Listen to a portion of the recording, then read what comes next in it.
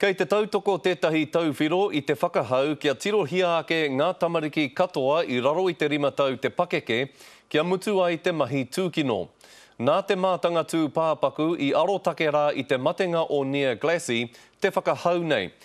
Ko tōna hiahia kia kaha ke ake te mahitahi a ngā ratonga whānau katoa kia mōhio pū ai te katoa o rātou mō ngā whānau e pā heke heke ana te noho. He mahi me whakaturehia mo te oranga o ngā kohungahunga. It's just the reporting systems may have to be sort of tried again. Ko te ata tiro i ngā tamariki mai te whānau tanga tainua ki te 5 tau te pakeke, tētahi o ngā tūtohutanga i puta i te mātanga tū pāpaku, whai muri i ana tirohanga ki ngā taumakitanga mo te matenga o Near Glassy i ngā mahi tūkino a te whānau o te hoatāne o tōna whaia.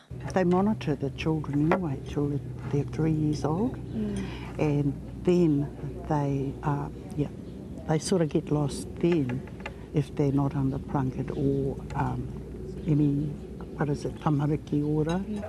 He kaimahia Jane Kōpua mō Family Start. Hei tāna ko te mate ke kia ngā whaia te tikanga ki te whai āwhina mo a rātou pipi. Me whakahokia mai pia ngā tikanga o mua, hei āwhina i ngā raru o naia nei. They were more mature, they were more like mother figures, and we took notice. Even though our mothers had given us a good grounding in how to look after our children. Koia nei te pūtake o tēnei hui mo ngā ratonga tauwhiro whānau, he whakakotahi i ngā whakaaro hei Kimi Rongoa. Ki te awhi, ngā whānau e mōhio tia ne hoki tātou, kāre kaha ki te tiaki, wa tātou moko puna. A monitoring system somehow, and the best time is of course straight after they're born, if there's a register. He take e kaha kōrero hia ana, engari anō te wawata kia tīmata te whakatinana hia.